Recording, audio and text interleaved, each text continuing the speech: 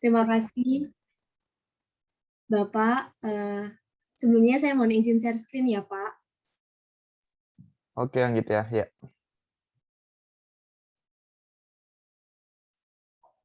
Apakah share screen saya sudah terlihat, Pak? sudah sip, Baik. jempol. Ya.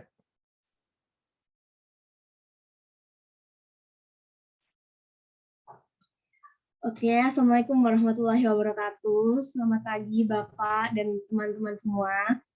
Perkenalkan, kami dari kelompok 3. Di sini kami akan memulai presentasi dengan materi BJR versus PJV.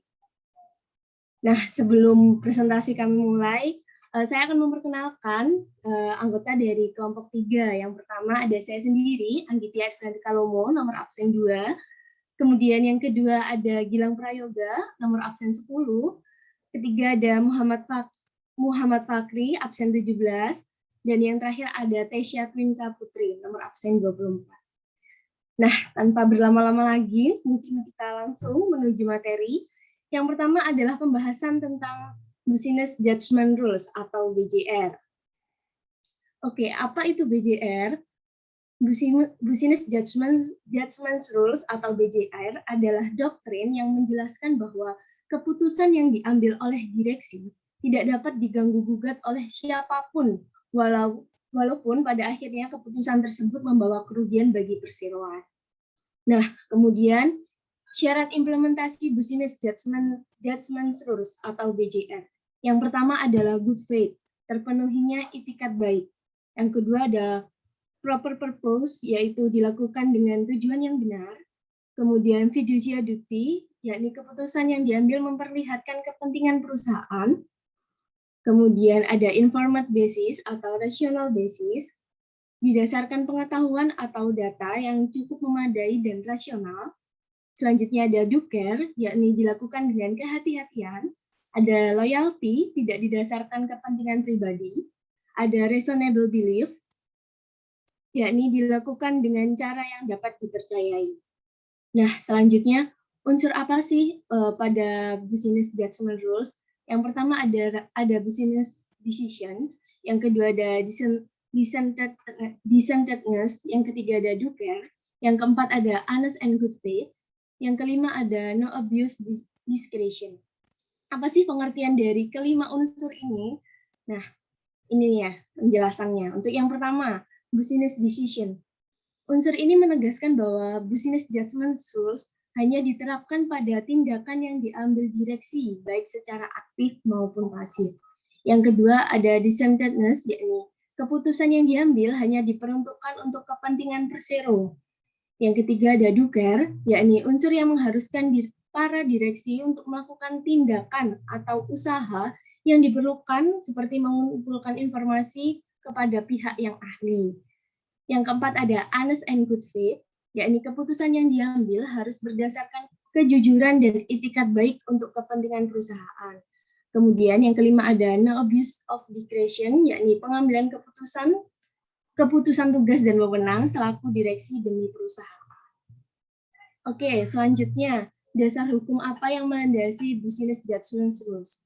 Yang pertama ada pasal 69 ayat 3 dan 4 Undang-Undang Nomor 40 tahun 2007 tentang perseroan terbatas, di mana ayat 3 berbunyi, dalam hal laporan keuangan yang disediakan ternyata tidak benar dan atau menyesatkan, anggota direksi dan anggota Dewan Komisaris secara tanggung renteng bertanggung jawab terhadap pihak yang dirugikan. Kemudian di ayat 4, anggota direksi dan anggota Dewan Komisaris dibebaskan dari tanggung jawab sebagaimana yang dimaksud pada ayat 3 apabila terbukti bahwa keadaan tersebut bukan karena kesalahannya. Untuk dasar hukum kedua, yakni pasal 97 ayat 5 Undang-Undang Nomor 40 tahun 2007 tentang perseroan terbatas. Di sini dijelaskan bahwa anggota direksi tidak dapat dipertanggungjawabkan atas kerugian sebagaimana dimaksud pada ayat 3 apabila dapat membuktikan a. kerugian tersebut bukan karena kesalahan atau kelalaiannya, b. telah melakukan pengurusan dengan itikat baik dan kehati-hatian untuk kepentingan dan sesuai dengan maksud dan tujuan perseroan, c. tidak mempunyai benturan kepentingan baik langsung maupun tidak langsung atas tindakan pengurusan yang mengakibatkan kerugian, dan D, telah mengambil tindakan untuk mencegah timbul atau berlanjutnya kerugian tersebut. Nah, yang terakhir yakni Pasal 104 Ayat 4 Undang-Undang Nomor 40 Tahun 2007 tentang Perseroan Terbatas. Di sini dijelaskan bahwa anggota direksi tidak bertanggung jawab atas kepailitan perseroan sebagaimana dimaksud pada ayat 2 apabila dapat membuktikan A. Kepailitan tersebut bukan karena kesalahan atau kelalaiannya. B. Telah melakukan pengurusan dengan itikat baik, kehati-hatian, dan penuh tanggung jawab untuk kepentingan perseroan dan sesuai dengan maksud dan tujuan perseroan. C. Tidak mempunyai benturan kepentingan baik langsung maupun tidak langsung atas tindakan pengurusan yang dilakukan. Dan D. Telah mengambil tindakan untuk mencegah terjadinya kepailitan. Oke, untuk selanjutnya akan dijelaskan oleh rekan saya. Kepada Tesya dipersilahkan.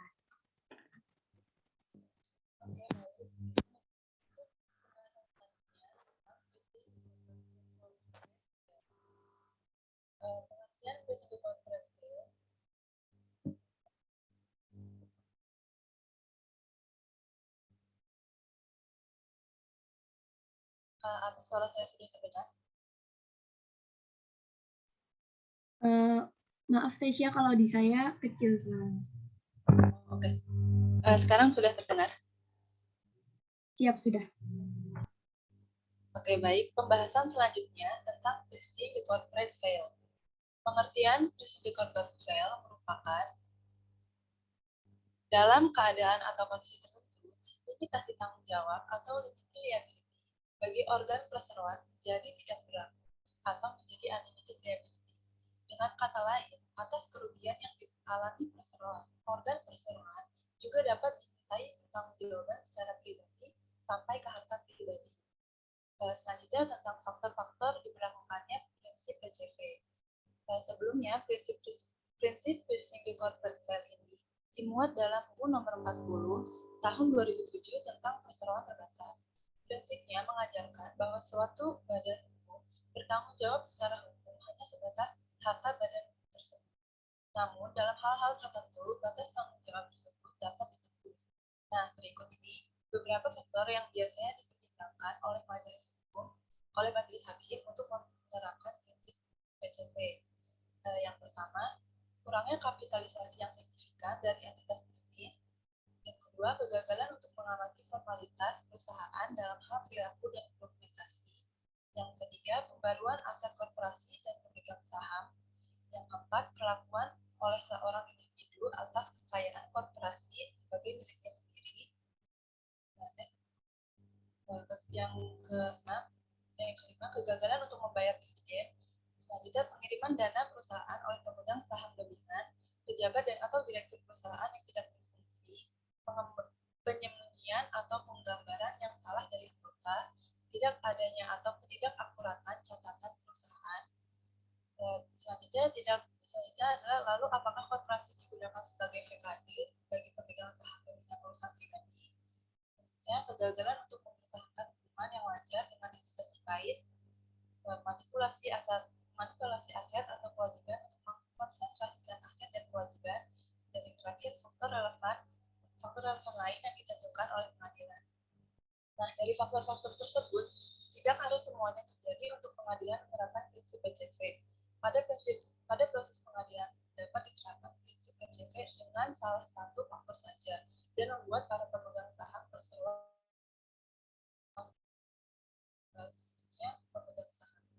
pemegang saham dapat dibebani tanggung jawab sampai ke harta pribadi apabila sesuai dengan pasal 3 ayat 2 di bawah ini. Pertama, persyaratan perseroan sebagai badan hukum belum atau tidak terpenuhi. Yang kedua, pemegang saham yang bersangkutan baik langsung maupun tidak langsung dengan diizinkan buruk memanfaatkan perseroan untuk kepentingan pribadi. Yang ketiga, pemegang saham yang bersangkutan terlibat dalam perbuatan melawan hukum yang dilakukan oleh perseroan. Dan yang terakhir, pemegang saham yang bersangkutan baik langsung maupun tidak langsung secara melawan hukum menggunakan kekayaan perseroan yang mengakibatkan kekayaan perseroan menjadi tidak cukup untuk melunasi utang perseroan. Selanjutnya direvisi. Direksi pun sama dapat membebani tanggung jawab sampai ke harga pribadi apabila persyaratan perseroan sebagai badan hukum belum atau tidak terpenuhi. Sesuai dengan ketentuan pasal 14 ayat 1 UPT, dinyatakan bahwa dalam hal persyaratan perseroan sebagai badan hukum belum atau tidak terpenuhi, misalnya anggaran dasar perseroan belum disahkan ataupun diumumkan dalam berita negara, maka seluruh anggota direksi bersama-sama semua pendiri PT serta seluruh anggota Dewan Komisaris Perseroan bertanggung jawab secara tanggung renteng atas perbuatan hukum yang dilakukan perseroan. Yang kedua, direksi melanggar ketentuan perundang-undangan yang berlaku dan anggaran dasar perseroan. Yang ketiga, direksi melanggar prinsip ultra vires.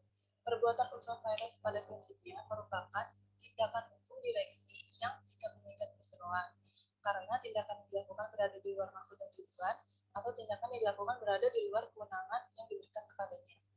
Dan dalam hal anggota direksi melanggar prinsip ultra vires ini, maka yang bersangkutan demi hukum bertanggung jawab secara pribadi atas kerugian yang diderita perseroan.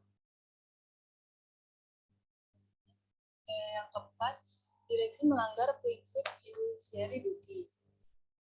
Dalam hal direksi melanggar prinsip fiduciary duty tersebut berlaku juga hal kepailitan pada perseroan.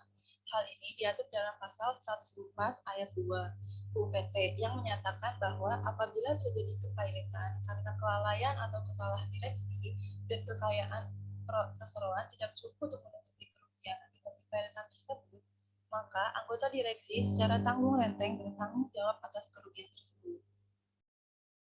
Selanjutnya, Dewan Komisaris. Pada pasal 114 UUPT berisi tentang yang pertama, Dewan Komisaris melakukan pengawasan atas kebijakan pengurusan jalannya pengurusan pada umumnya, baik mengenai perseroan maupun usaha perseroan, dan memberi nasihat kepada direksi. Selanjutnya, pengurusan perseroan wajib dilaksanakan setiap anggota direksi dengan baik dan penuh tanggung jawab. Dengan penuh tanggung jawab ini adalah memperhatikan perseroan dengan seksama dan tepat. Selanjutnya, setiap anggota direksi bertanggung jawab penuh secara pribadi atas kerugian perseroan apabila yang bersangkutan bersalah atau lalai menjalankan tugasnya. Dan yang keempat, dalam hal direksi terdiri atas 2 anggota direksi atau lebih, tanggung jawab tersebut berlaku secara tanggung renteng bagi setiap anggota direksi. Selanjutnya ada prinsip-prinsip fiduciary duty. Yang pertama ada duty of loyalty, yaitu kewajiban yang mengharuskan seorang direktur dengan tegas dan dengan itikat baik untuk melindungi kepentingan perusahaan dan untuk menahan diri dari melakukan apapun yang akan merugikan perusahaan atau menghilangkan keuntungan perusahaan. Dan yang kedua ada duty of care, yaitu kewajiban yang mengharuskan seorang direktur untuk melaksanakan tanggung jawabnya dengan kehati-hatian yang akan dilakukan oleh orang yang cukup bijaksana dan dalam situasi apapun sambil bertindak dengan cara yang tepat. Juga ada duty of good faith atau kewajiban dengan etikat baik adalah prinsip bahwa direksi dan pejabat perusahaan dalam membuat semua keputusan dalam kapasitas mereka sebagai pemegang fidusia perusahaan harus bertindak dengan sadar akan tanggung jawab mereka sebagai pemegang fidusia. Dan yang terakhir ada duty of disclosure, yaitu pengungkapan semua informasi material ketika mencari persetujuan pemegang saham atau ketika ada konflik kepentingan. Selanjutnya akan ada kasus-kasus yang akan dijelaskan oleh rekan saya.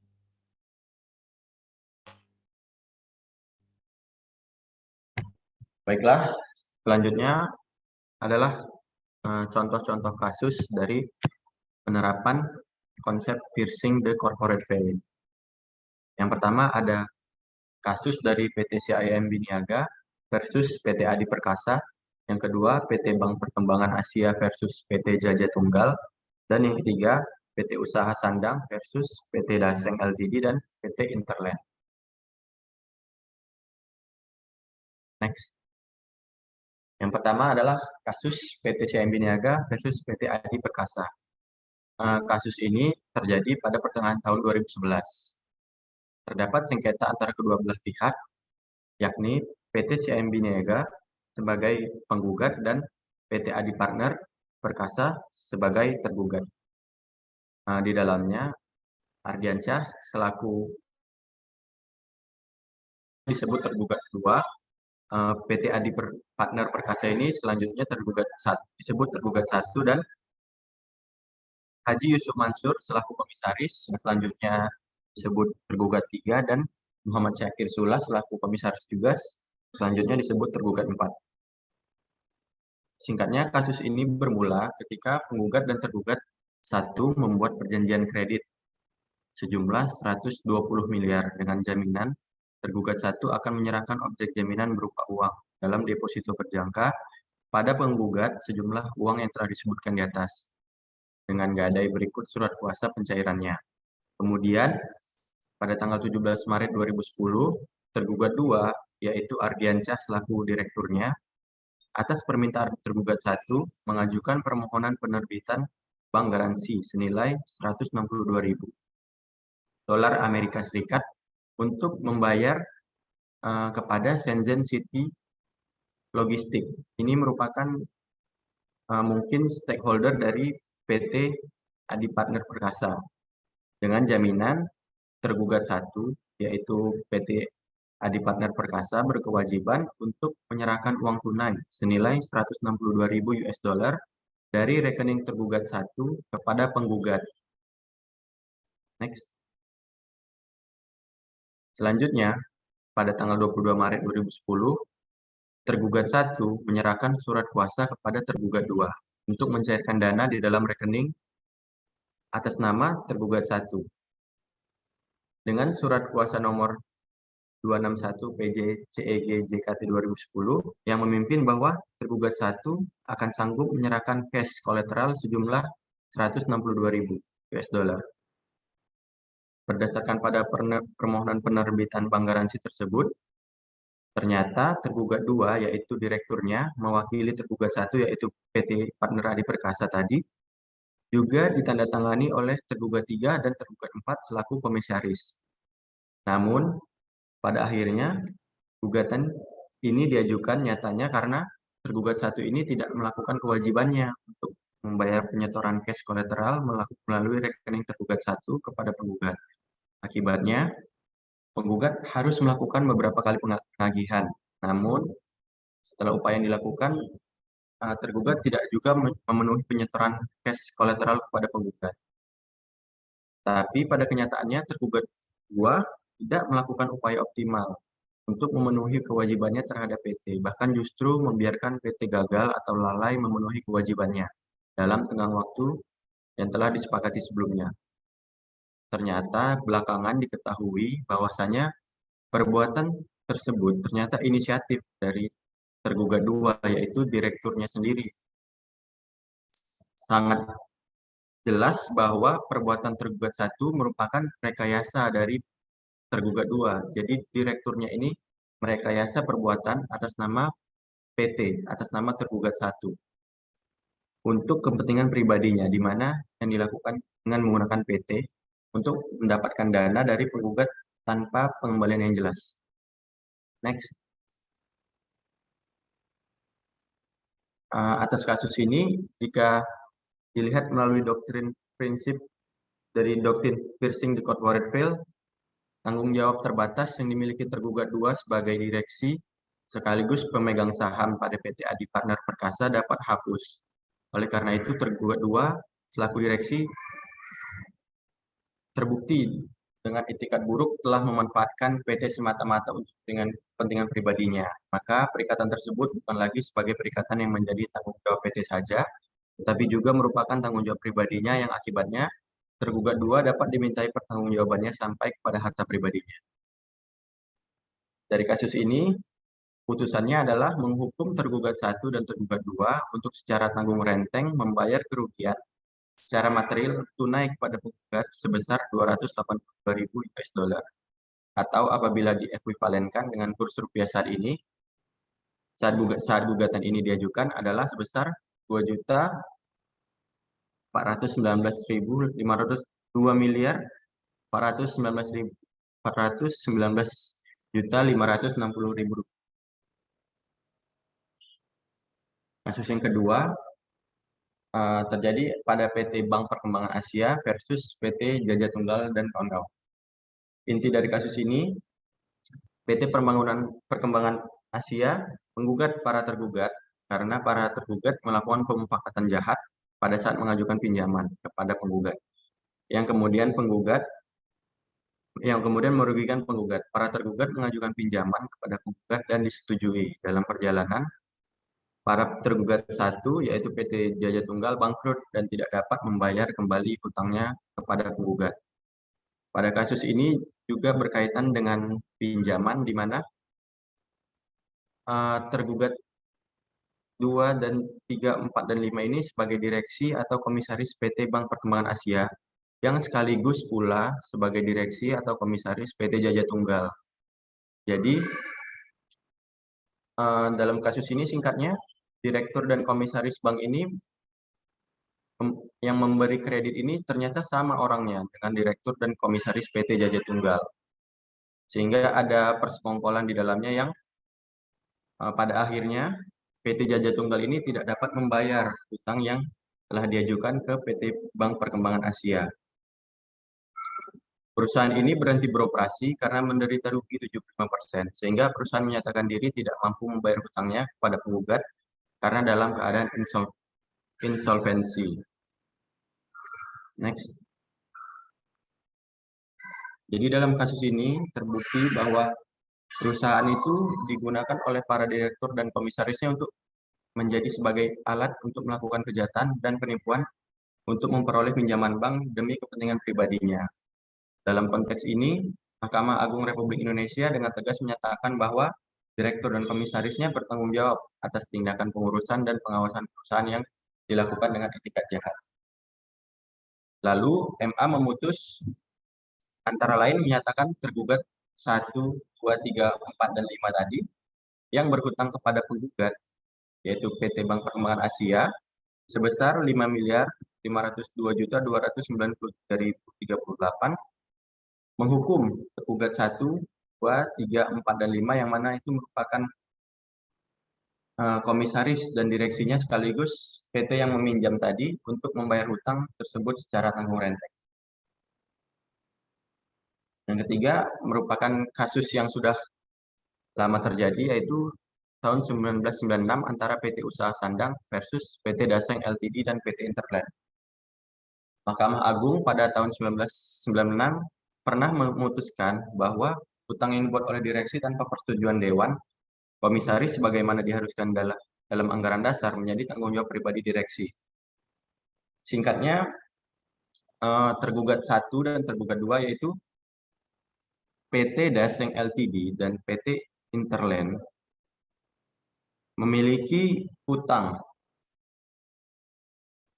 terhadap PT Usaha Sandang, di mana dalam perjanjian tersebut ternyata tergugat 1 dan tergugat 2 ini, yaitu PT tersebut, telah mendapatkan pengesahan dari Departemen Kehakiman, namun belum didaftarkan di pengadilan negeri setempat, serta belum diumumkan dan dari tambahan berita negara.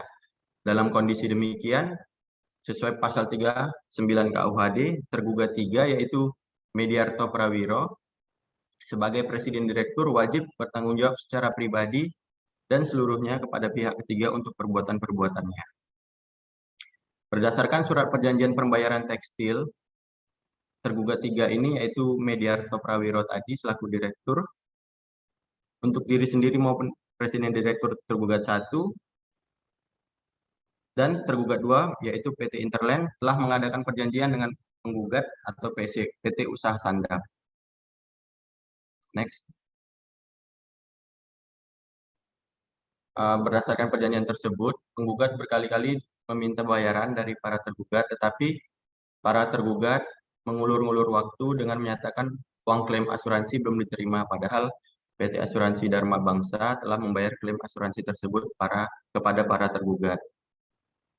Pada akhirnya, utang kepada penggugat yaitu PT Usaha Sandang ini yang dibuat oleh Presiden Direktur tergugat 3 untuk dan atas nama PT Daseng dan PT Interland tanpa persetujuan komisaris menjadi tanggung jawab pribadi tergugat. 3 yaitu Mediarto Prawiro membayar utang tersebut pada penggugat. Jadi di sini presiden direkturnya selaku tergugat 3 itu melakukan transaksi, melakukan perjanjian tanpa persetujuan dari komisaris, sehingga Mahkamah Agung menyatakan tergugat 3 yaitu Mediarto bertanggung jawab secara pribadi untuk perbuatannya itu membayar utang sebesar 342.480.000.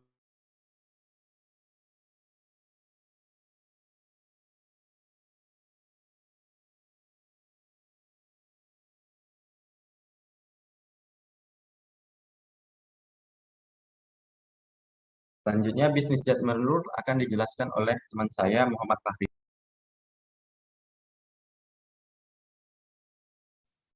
Terima kasih atas waktu yang diberikan. Di sini saya akan membawakan kasus-kasus dalam penerapan BJR atau Business Judgment Rule. Di sini ada 2 kasus. Yang pertama yaitu BJR tidak dapat diterapkan dalam kasus di pertimbangan Business Judgment Rule di putusan Jiwasraya. Ini itu intinya BJR tidak dapat diterapkan di putusan Jiwasraya. Terus yang kedua, Business Judgment Rule di alasan dibalik lepasnya ex dirut Pertamina di tingkat kasasi. BJR dalam kasus Jiwasraya. 4 orang terdakwa kasus korupsi PT Asuransi Jiwasraya atau AJS telah divonis bersalah melakukan tindak pidana korupsi sesuai dengan pasal 2 ayat 1 pemberantasan Tipikor Junto pasal 55 ayat 1 ke 1 KUHP. Majelis Hakim sepakat menghukum mantan Direktur Utama AJS Hendrisman Rahim, mantan Direktur Keuangan Heri Prasetyo, dan mantan Kepala Divisi Investasi Syah Wirman serta seorang pihak swasta Joko Hartanto Tirto dengan pidana penjara seumur hidup. Dalam nota pembelaannya, beberapa waktu lalu para terdakwa khususnya 3 mantan direksi AJS mendalilkan apa yang mereka lakukan itu sudah sesuai dengan Business Judgment Rule. Tapi pada fakta-fakta terkait keputusan direksi AJS itu tidak mencerminkan syarat-syarat dari BJR. Yang pertama yaitu direksi melakukan penunjukan langsung pada 4 manajer investasi yang bekerjasama dengan AJS. Keempat manajer tersebut adalah PT AA Sekuritas, PT Batavia Prospeindo Asset Management, PT Dana Reksadana Investment Management, dan PT Trimegah Sekuritas. Dalam menunjuk keempat manajer ini, Direktur tidak melalui rapat komite investasi dan juga beauty contest. Serta ditemukan fakta bahwa para direksi menerima suap berupa uang, barang maupun fasilitas dari manajer investasi. Yang kedua, direksi melakukan investasi dana investasi Jiwasraya ke saham perusahaan yang kinerjanya kurang baik. Tentu hal ini tidak sesuai dengan syarat-syarat berlakunya BJR dan juga dapat menyebabkan kerugian dari perusahaan asuransi Jiwasraya tersebut. Yang ketiga yaitu memanipulasi laporan keuangan dari rugi menjadi untung. Hal ini jelas membuktikan bahwa para direksi tersebut tidak melakukan kewenangannya itu dengan penuh rasa tanggung jawab. Next. Nah, selanjutnya BJR dalam kasus Dirut Pertamina. Direksi didakwa melakukan tindak pidana korupsi saat PT Pertamina melakukan investasi di blok Bester Manta Gumi atau BMG di Australia pada tahun 2009. Karen diduga telah mengabaikan prosedur investasi yang berlaku di PT Pertamina sehingga kerugian negara ditaksir mencapai 568 miliar. Mahkamah Agung telah memutuskan dugaan korupsi atas nama terdakwa Karen Agustiawan, mantan Direktur Pertamina itu divonis lepas dari tuntutan, yang berakibat ia dikeluarkan dari tahanan, dan para hakim agung berpendapat apa yang dilakukan Karen merupakan risiko bisnis sehingga bukan merupakan tindakan pidana. Putusan ini sendiri bersuara bulat, tidak ada satupun hakim agung yang menyatakan dissenting opinion. Nah, faktor-faktor dari lepasnya Dirut Pertamina itu yang pertama, Direksi Pertamina sebelum mengambil keputusan telah melakukan rapat direksi. Dalam hal ini, direksi dari PT Pertamina dan PT Pertamina Hulu Energi itu berupaya menambah cadangan migas dengan melalui pembelian saham terhadap blok BMG. Yang kedua, transaksi yang dilakukan adalah transaksi bisnis yang bersifat unpredictable. Ya, itu kan kalau bisnis minyak itu sulit untuk memperkirakan minyak yang di dalamnya. Jadi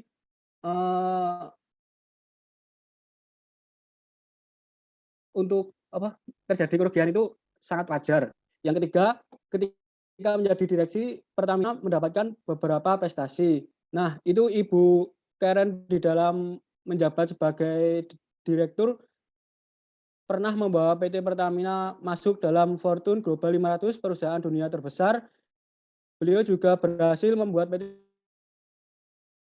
Pertamina Serum membukukan total pendapatan sebesar 71 miliar dolar dan membeli aset milik ConocoPhillips di Aljazair pada Desember 2012. Dan juga sementara laba bersih pada 2013 meningkat menjadi 3,07 miliar dolar dari tahun sebelumnya, yaitu 2,77 miliar dolar. Beliau juga meningkatkan kinerja perusahaan melalui rencana pembangunan dan peningkatan kapasitas kilang, pemasaran ekspor pelumas ke 24 negara, dan menjaga pertumbuhan produksi minyak. Dari prestasi-prestasi tersebut juga menjadi dasar bahwa keputusan dari Direktur Pertamina tidak mungkin untuk berperilaku jahat seperti mengambil keuntungan untuk diri sendiri. Sekian dari saya kembalikan ke moderator Mbak Anggitya.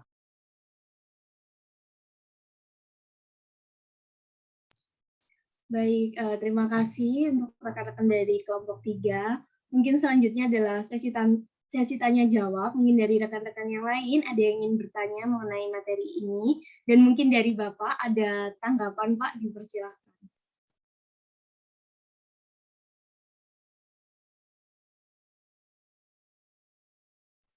Teman-teman yang lain dulu aja. Saya belakangan. Ya. Baik, siap, Pak. Mungkin dari teman-teman yang lain mungkin ada yang ingin bertanya, dipersilahkan. Izin bertanya. Oke, Fadlil, dipersilahkan. Nah, dari presentasi tadi kan banyak disebut istilah itikat baik. Nah, itikat baik ini ada indikator pastinya nggak sih? Terus kalau misal dibawa ke pengadilan itu pembuktiannya gimana? Terima kasih. Baik, terima kasih Mas Fadlil. Kita tampung dulu pertanyaannya. Mungkin dari rekan-rekan yang lain ada yang ingin bertanya lagi. Izin bertanya. Baik, Mas Bogi, dipersilahkan. Terima kasih pada moderator, terima kasih juga pada kelompok 3 atas materi yang disajikan. Izin bertanya, di sini saya Yogi Bagus Agali izin bertanya terkait bila perusahaan itu memberikan dividen interim kan kebijakannya direksi dengan keputusannya Dewan Komisaris ya. Dan apabila di akhir tahun itu perusahaan mengalami kerugian gitu, jadi kan dividen interim yang udah dibagikan tuh harus ditarik kembali kan. Nah, dalam hal ini Dewan Komisaris dan direksi itu bertanggung jawab penuh dengan tanggung renteng. Nah, dalam pemberian dividen interim, Dewan Komisaris dan direksi udah menerapkan prinsip-prinsip yang ada dalam BJR gitu, unsur-unsur pokok yang ada dalam BJR gitu. Tapi pada kenyataannya di akhir tahun perusahaan itu malah merugi gitu. Jadi dalam hal ini Dewan Komisaris dan direksi itu dapat perlindungan sesuai dengan prinsip business judgment rule, atau malah dapat dituntut dengan dasar prinsip piercing the corporate veil. Terima kasih. Oke, terima kasih Mas Hogi. Kita tampung dulu pertanyaannya. Mungkin dari rekan-rekan yang lain, apakah masih ada yang ingin bertanya kembali?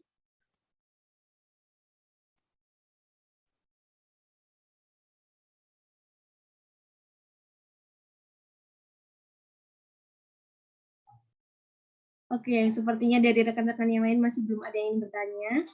Mungkin dari rekan-rekan kelompok 3 ada yang ingin menjawab pertanyaan dari Fadlil atau Hogi, dipersilahkan.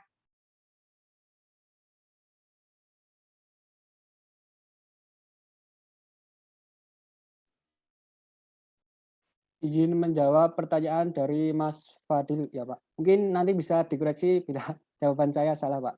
Nah tadi kan pertanyaan dari Mas Fadil itu terkait apa indikator dari perilaku baik. Iya kan Mas Fadil? Nah, Iya benar, itikat baik. Nah, itikat baik itu bisa dilihat dari contoh kedua kasus tadi kan. Kalau Jiwasraya itu para direksi itu contohnya dalam melakukan penunjukan menerima suap dari PT-PT yang ditunjuk tadi, 4 manajer investasi, dan juga itu terlihat dari niatnya untuk memanipulasi dari laporan keuangan dari rugi ke untung.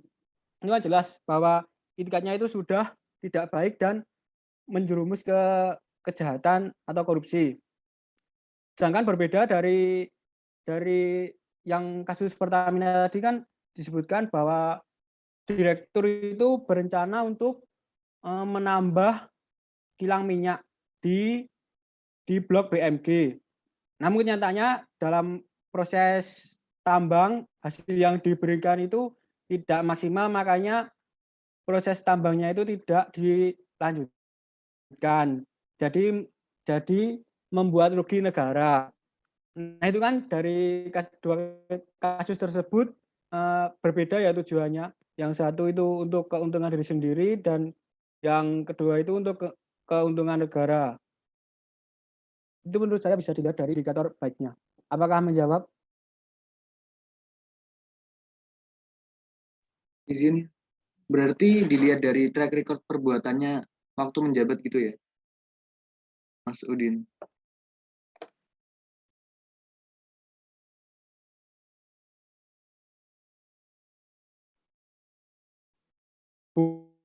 Bukan track recordnya sih, tapi kayak apa yang sudah dilakukan dari para direksi tersebut. Ya berarti track record, ya benar, track record.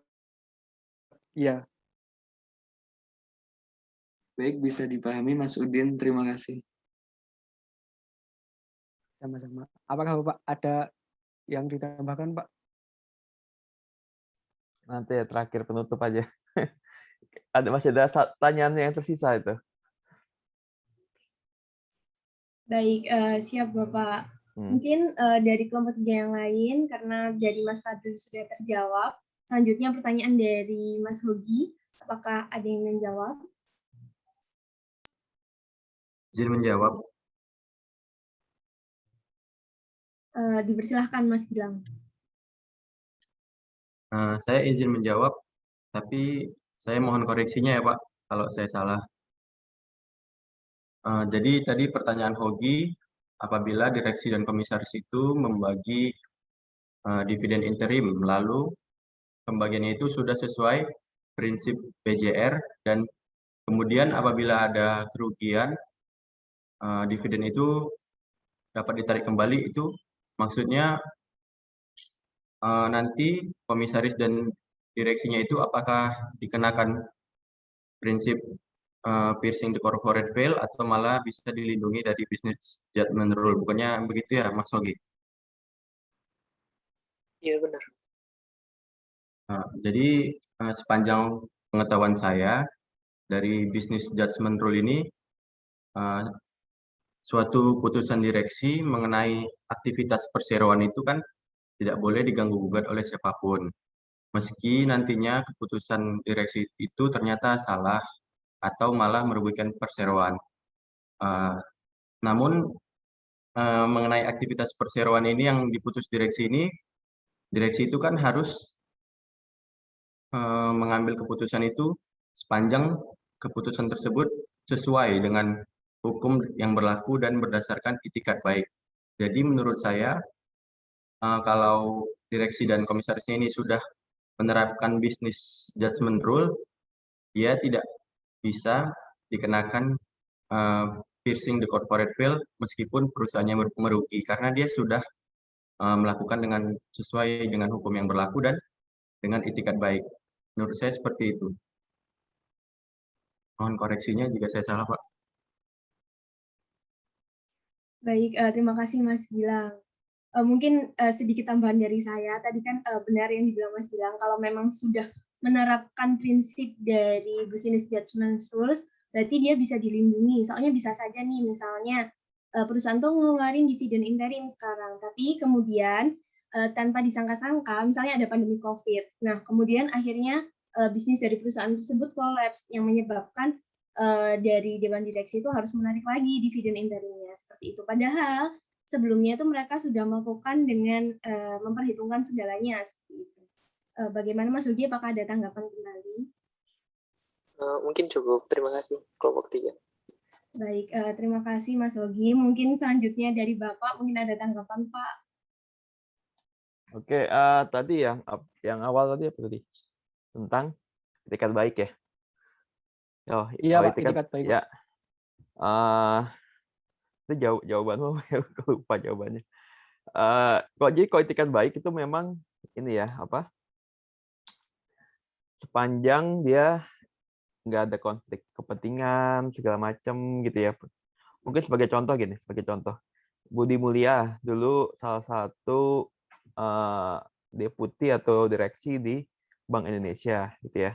Bank Indonesia kemudian dia digugat, dituntut secara pribadi gitu ya, secara pribadi karena dia sebagai salah satu direksi di Bank Indonesia melakukan fasilitas pendanaan jangka pendek kepada Bank Senturi gitu ya. Nah, di situ dia melakukan fasilitas pendanaan jangka pendek kepada Bank Senturi bukan berdasarkan karena Bank Senturi, bank sistemik, dia harus diselamatkan. Kalau nggak diselamatkan bisa mempengaruhi bank-bank lain. Ternyata setelah ditelusuri bukan itu. Sehingga hakim pun memutuskan bahwa Budi Mulia sebagai salah satu pejabat di BI ketika melakukan fasilitas pendanaan jangka pendek kepada Bank Senturi tidak berdasarkan atau tidak berlandasi dengan itikat baik. Karena apa? Karena ternyata di dalam Bank Senturi salah satu nasabah yang porsinya cukup besar dalam bank senturi tersebut adalah yayasan yang dimiliki oleh Bank Indonesia. Seperti itu.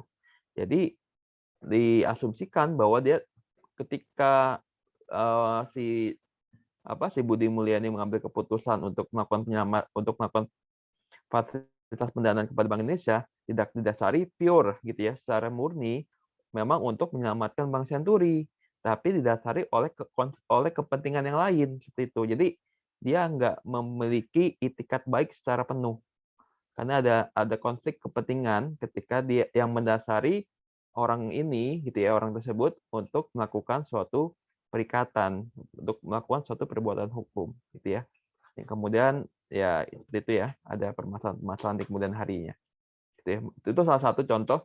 Itu secara jelas dalam putusannya hakim mengatakan bahwa si Budi Mulia itu tidak mendasari keputusan untuk melakukan FLJP tersebut kepada Bank Senturi dengan itikat baik. Itu sih salah satu dasar dari pengadilan kemudian memutus Budi Mulia bersalah gitu.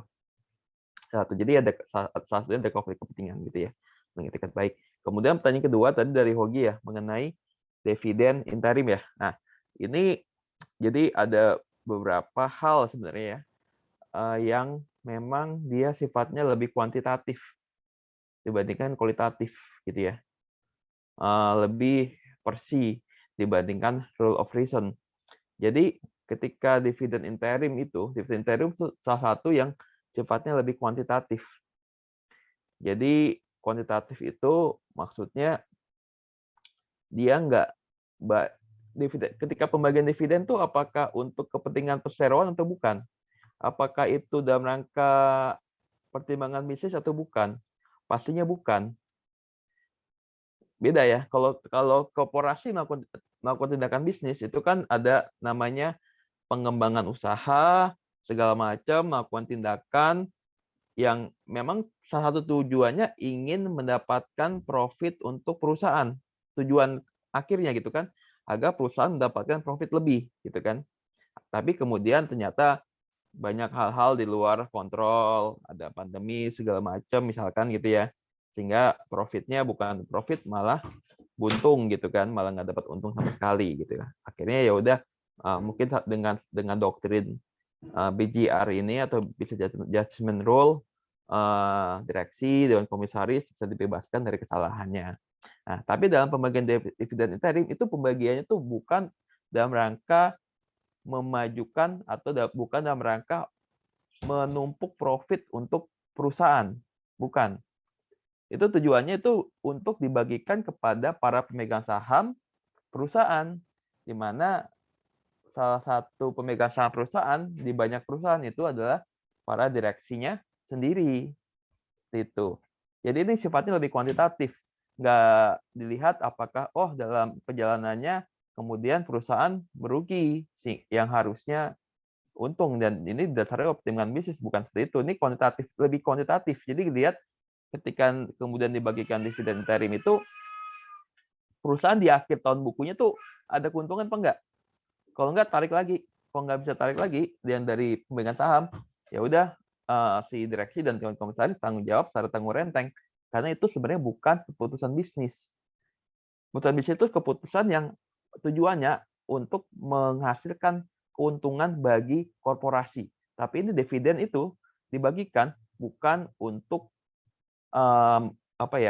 untuk menghasilkan profit bagi perusahaan, enggak, itu untuk shareholder gitu ya, kepada shareholder dan kepada shareholder, salah satunya dalamnya termasuk juga direksi gitu ya, karena sering sekali direksi memegang juga saham-saham dari perusahaan, sehingga untuk menghindari hal-hal demikian gitu ya, jadi undang-undang itu melindungi kekayaan dari perseroan. Jadi jangan sembarangan dah kalian para direksi, para dewan komisaris ketika nanti ingin membagikan dividen interim nih. Perusahaannya belum tentu untung. Belum tentu di akhir tahun buku untung. Tapi kalau kalian udah membagikan di tengah-tengah tahun misalkan gitu ya. Ketika nanti perusahaan nggak dapat profit, kalian harus tanggung jawab loh. Ketika ada sebagian dari profit tersebut yang nggak bisa dari dividen tersebut yang telah dibagikan pada pemegang saham yang nggak bisa ditarik kembali, seperti itu. Jadi tujuannya sebenarnya tadi tanggung jawab itu untuk melindungi kekayaan dari perseroan itu sendiri. Jadi dalam hal ini sebenarnya nggak bisa diterapkan business judgment rule, karena itu bukan business judgment, bukan dalam rangka business judgment itu dalam rangka menumpuk profit kepada perusahaan, dan ini bukan gitu ya. Mungkin itu tambahannya, Anggitia, teman-teman kelompok 3 gitu ya. Kalau ada pertanyaan lain dari anggota dari teman-teman yang lain silakan ya. 1 atau 2 lagi maksimal gitu. Baik, siap Pak. Terima kasih Bapak atas tanggapannya. Mungkin dari teman-teman ada yang ingin bertanya kembali, dipersilahkan.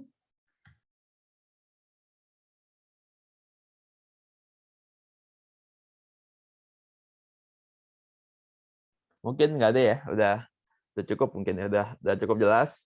Kalau dari saya secara umum baik ya. Tadi pertama kalian paparkan mengenai konsepsinya, apa BCR itu, Basic Corporate Value itu apa, dia ada beberapa contoh kasusnya, tapi mungkin ada beberapa yang butuh di-explore lebih dalam lagi, terutama setiap kasus itu pasti ada diskusinya.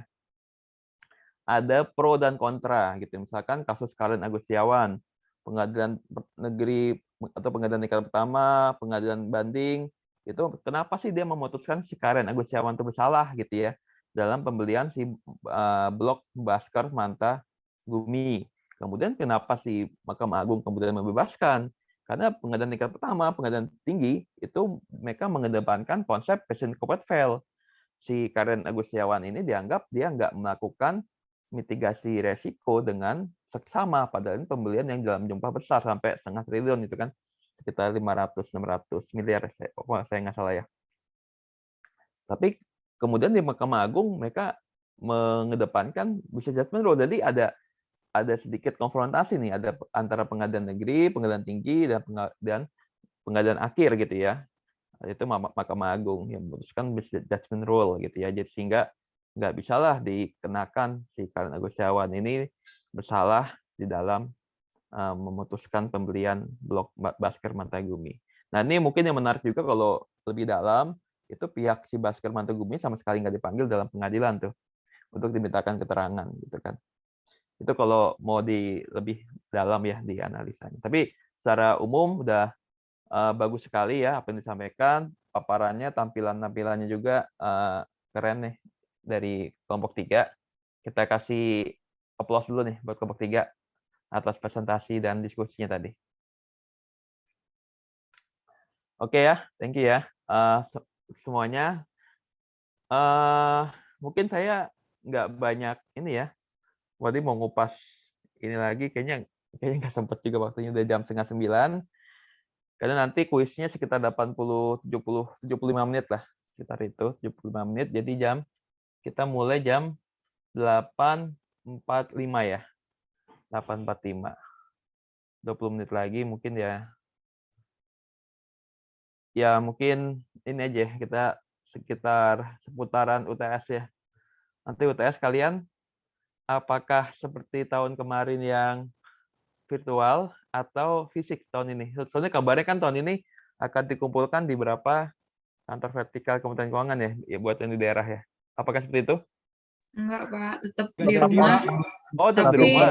iya, tapi diawasin lewat Zoom gitu, Pak.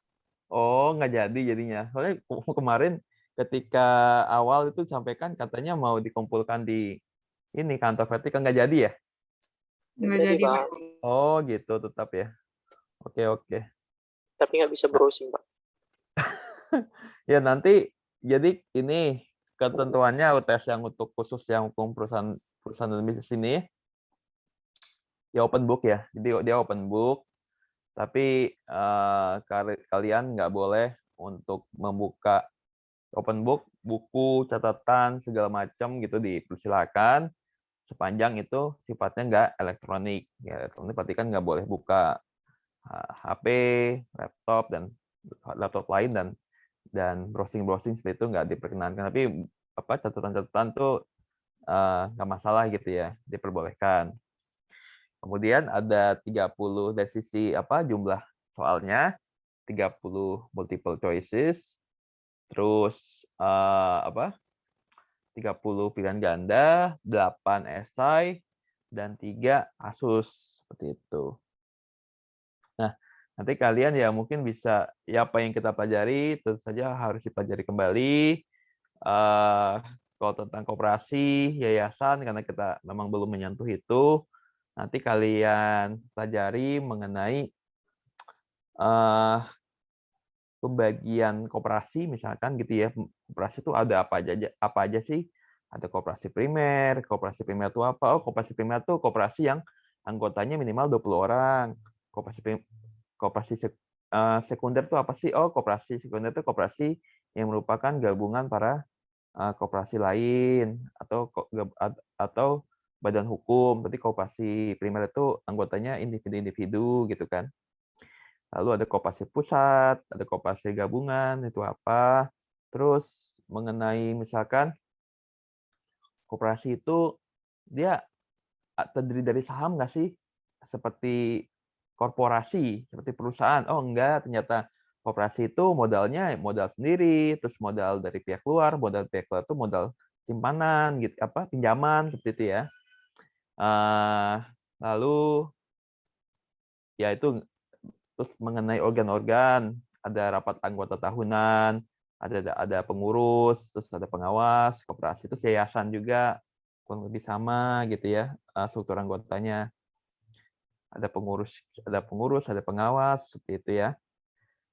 Terus kalau misalkan koperasi itu pembagian keuntungannya seperti apa sih? Pembagian keuntungannya berdasarkan apa gitu kan? Kalau perusahaan itu kan berdasarkan jumlah saham gitu kan, jumlah saham yang dimiliki oleh suatu individu atau suatu subjek hukum gitu kan, jumlah sahamnya dia 20% di sana. Oh, berarti ya keuntungannya nanti dibagi dari dividen ya sebesar proporsi tersebut 20% gitu ya secara umum gitu ya. Tapi kalau koperasi itu seperti apa sih? Oh, koperasi itu lebih mengedepankan pembagian kontribusi jasa gitu ya dibandingkan modal yang disetor kepada koperasi itu sendiri. Jadi jasa itu dipertimbangkan juga dalam pembagian kalau koperasi kan namanya sisa hasil usaha gitu ya. Sisa hasil usaha kepada para anggota koperasi gitu.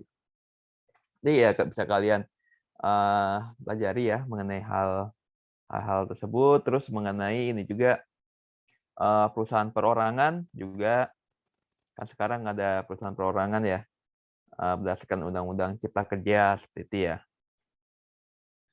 Ada konflik of interest-nya, misalkan perusahaan perorangan itu kan ya satu pemegang saham saja, lalu hubungannya dengan ketika misalkan misalkan si direksinya itu ya si pemegang saham itu sendiri gitu kan, pemegang sahamnya tunggal, tapi direksinya juga tunggal gitu ya. Terus hubungannya gimana nih? Kalau kemarin kita sempat menyinggung sedikit mengenai ultravires. Ultravires itu artinya hubungannya ketika si direksi ini bertindak melampaui kewenangannya, gitu kan? Melampaui kewenangannya seperti apa? Terus saya belum kasih tahu sih mengenai doktrin alter ego ya. Alter ego itu ketika sebenarnya tadi sempat dibahas sedikit sebenarnya di presentasi kelompok 3 ya. Walaupun nggak dibilang alter ego, tapi alter ego itu ketika kita menggunakan perusahaan untuk kepentingan si pendiri, kepentingan direksi, kurang lebih itu sih apa poin-poinnya. Terus hubungannya itu gimana dengan perusahaan perorangan? Perusahaan perorangan pemegang sahamnya dia. Ketika dia jadi direksi, berarti dia harus report ke dirinya sendiri, gitu kan? Hubungannya dengan nanti ketika dia bertindak melampaui kewenangannya, atau ketika dia bertindak benar-benar dia mengutamakan kepentingan sendiri gitu dan bukan kepentingan dari koperasi yang didirikan. Soalnya dari korporasi yang didirikan, karena korporasi kan ada modal di dalamnya, ada misalkan kepentingan kreditur di dalamnya, ada kepentingan pegawai-pegawainya di dalamnya gitu. Jadi lebih luas dibandingkan kepentingan dari si satu pemegang saham itu sendiri gitu kan. Nah, itu ya mungkin perlu kalian baca-baca lagi segala macam gitu ya. Yang lainnya sih saya kira kalian bisalah memahami terus pendirian perusahaan oleh suami istri itu seperti apa gitu ya. Bisa nggak dilakukan, kan kemarin udah kita bahas ya. Oleh suami istri yang harus ada perjanjian pisah harta segala macam gitu ya.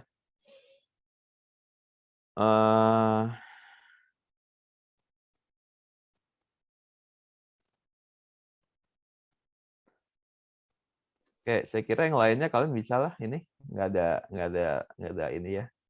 Ya tentu saja badan usaha tidak berbadan hukum kalian nanti benar-benar pelajari ya mengenai ininya firma, maskap, CV, hubungan tanggung jawab antara para sekutunya itu seperti apa sih? Pertama itu ya, hubungan tanggung jawab antara para sekutunya itu satu sama lainnya seperti apa? Itu ya. Pak izin bertanya. Ya.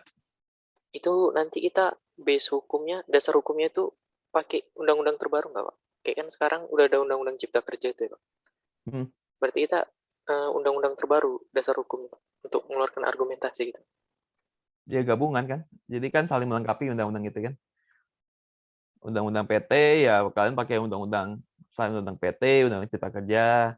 Tapi kalau undang-undang cipta kerja itu kan terbatas ya. Dia maksudnya hanya dia pengecualian terhadap ya sedikit pasal di dalam undang-undang PT misalkan tentang pendirian perseroan.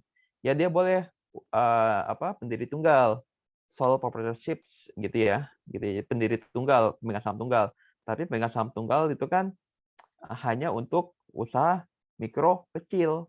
Mikro itu yang saham yang modalnya di bawah 5 miliar, kecil itu yang di bawah modalnya di bawah 10 miliar. Terus ada perhitungan omset tahunannya nggak boleh melebihi 15 miliar seperti itu. Nah, kalau itu terjadi baru harus dilakukan perubahan bentuk PT yang tadinya PT tunggal dengan pendiri tunggal menjadi PT sebagaimana diatur minimal 2 pemegang saham gitu ya, sebagaimana diatur dalam undang-undang PT. Gitu sih. Tapi ya kita ke depan kalau undang-undang PT, undang-undang cipta kerja itu berlaku lex spesialis. Jadi ketika ada hal yang sama yang diatur antara undang-undang PT dan undang-undang cipta kerja, yang berlaku adalah undang-undang cipta kerja seperti ya. Seperti modal perseroan undang-undang PT itu dicantumkan dalam undang-undang PT itu 50 juta rupiah minimal. Tapi dalam undang-undang cipta kerja itu berdasarkan kesepakatan para pendiri untuk semua jenis PT gitu ya. Jadi nggak diklasifikasikan secara khusus ya. Kalau tadi kan satu pemegang saham itu secara khusus ya, hanya untuk PT yang yang berskala mikro dan kecil gitu ya, mikro kecil gitu ya. Itu ya, Hogi ya. Jadi Baik, tetap Pak. kita pakai Undang-Undang Cipta Kerja, tapi karena Undang-Undang Cipta Kerja tentu saja hanya mengatur sedikit sekali gitu ya dibandingkan pengaturan PT yang ada di Undang PT, tentu saja kita yang paling kita utamakan adalah Undang-Undang PT juga gitu ya. Ada lagi pertanyaan? Mungkin saya langsung ini aja ya. Kalau ada 1-2 pertanyaan lagi silakan. Tapi sembari saya mengupload soal kuis ya. Pak, izin bertanya tentang kuis. Ya, silakan aja, silakan. Itu kuisnya esai semua, Pak? Atau dikasih? Esai semua. Oh. Esai semua nanti kalian ketik aja nggak apa-apa. Boleh Tapi diketik? yang penting jangan kerjasama.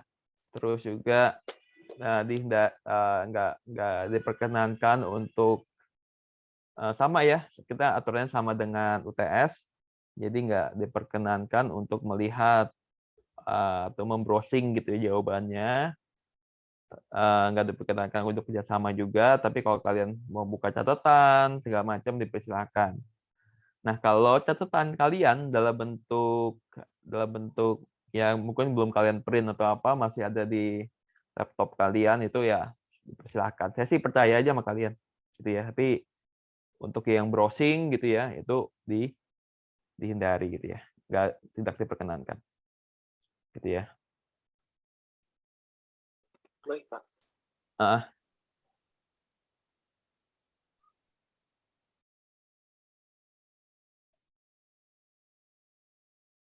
Saya nyari dulu kemarin filenya saya taruh mana nih.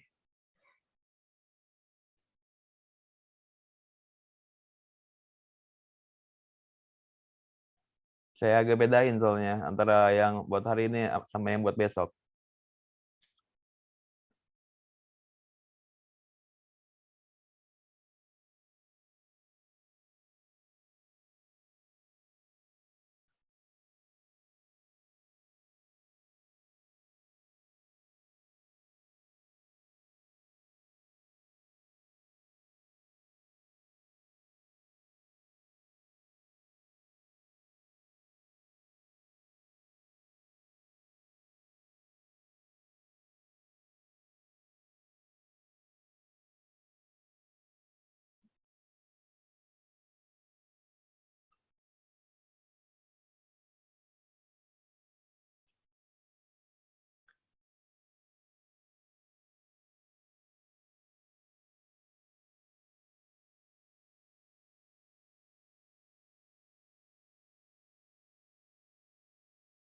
Saya masukin di Google Classroom aja ya.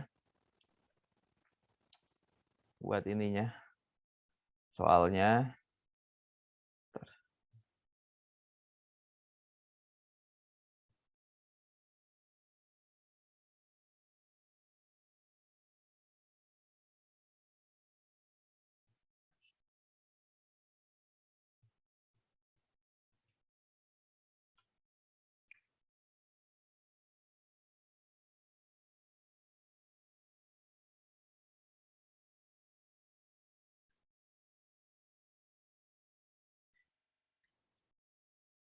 Sekarang 8, taruh 845 ya. 845.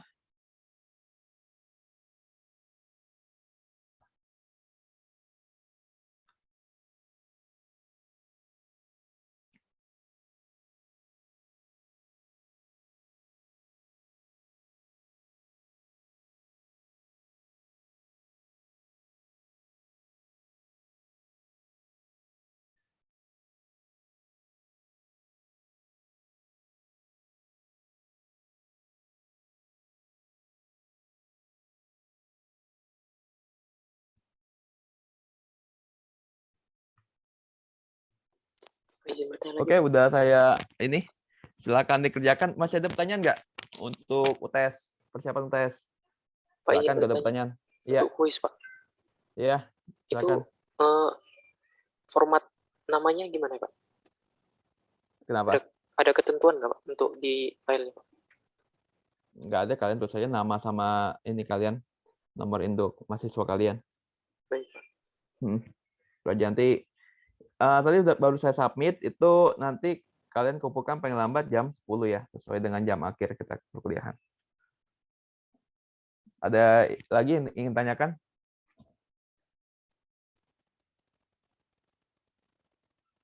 Kalau nggak ada, atau buat persiapan UTS, kalau ada yang mau ditanyakan? Udah clear ya? Nanti, oke. Selamat mengerjakan, semoga sukses, terutama untuk UTS nanti. Semoga kalian bisa mengerjakannya dengan lancar. Itu ya. Oke ya, saya tutup perkuliahan kali ini. Silakan dikerjakan kuisnya. Pak, mohon Terima maaf Pak kasih. lagi Pak. Ya, Ini silakan. due date-nya tomorrow Pak. Hah? Batas. Tomorrow. Iya. Untung kamu lihat. Saya salah ini berarti. Oh iya, bentar. Salah nih hari ini jadi. Oke, sip. Tomorrow nanti nggak. Oke, Bapak izin bertanya, Pak. oke, silakan. Asal jangan Terkait tanya jawabannya. Gform yang ada di Google Classroom itu buat apa ya, Pak? Kok aksesnya ditolak ya? Yang mana? Yang ada Gform di soalnya kalau nggak salah, Pak. G-form. Saya ditolak. Iya, akses saya ditolak baik email biasa dengan email kampus, Pak. Bentar.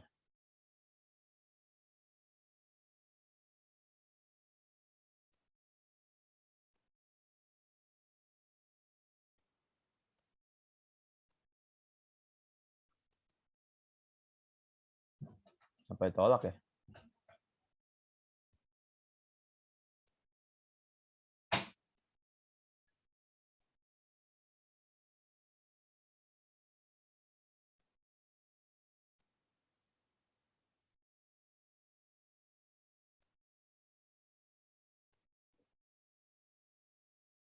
Saya create selection coba.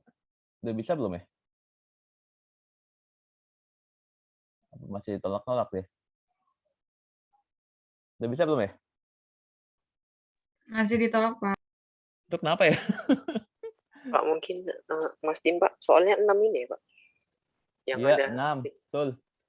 Nah, habis itu di bawahnya itu kayak ada attachment gitu Pak. Mungkin Nggak ada, attachment-nya 6 itu aja. Mungkin. berarti 6 soal ini aja ya Pak. Apa enggak dikumpulin di ini aja, submit ke Gmail saya aja deh, biar gampang. Pak, mungkin kalau di GCR juga bisa sih Pak. Maksudnya Apa? Hah? Maksudnya nggak mengganggu apa Pak? Nggak mengganggu submit file Pak. Nggak apa-apa. Nanti kan saya bisa ngelihat ininya juga. Dari Google Gmail kan kelihatan waktunya juga. Nggak Pak, maksud saya kalau di GCR juga bisa untuk submit file Pak. GCR itu apa? Google Classroom. Google Classroom, Pak. Ini saya di Google Classroom nih. Oh, submit-nya tapi tadi katanya ditolak. Nggak, itu kayak ada kayak ada Gform attachment gitu Pak. Oh, Gform-nya nggak usah diperhatikan itu. Baik Pak. Jadi di sini aja submit ya. Nggak masalah kan buat kalian? Iya. Oke. Ya. Terima kasih. Silakan dikerjakan ya. Oke. Oke ya, saya tutup kuliah kali ini ya. Nanti silakan di-submit kuisnya. Terima kasih atas atensi dan perhatiannya. Wassalamualaikum warahmatullahi wabarakatuh. Oke, selamat mengerjakan. Terima kasih Pak. Ya. Makasih, Pak.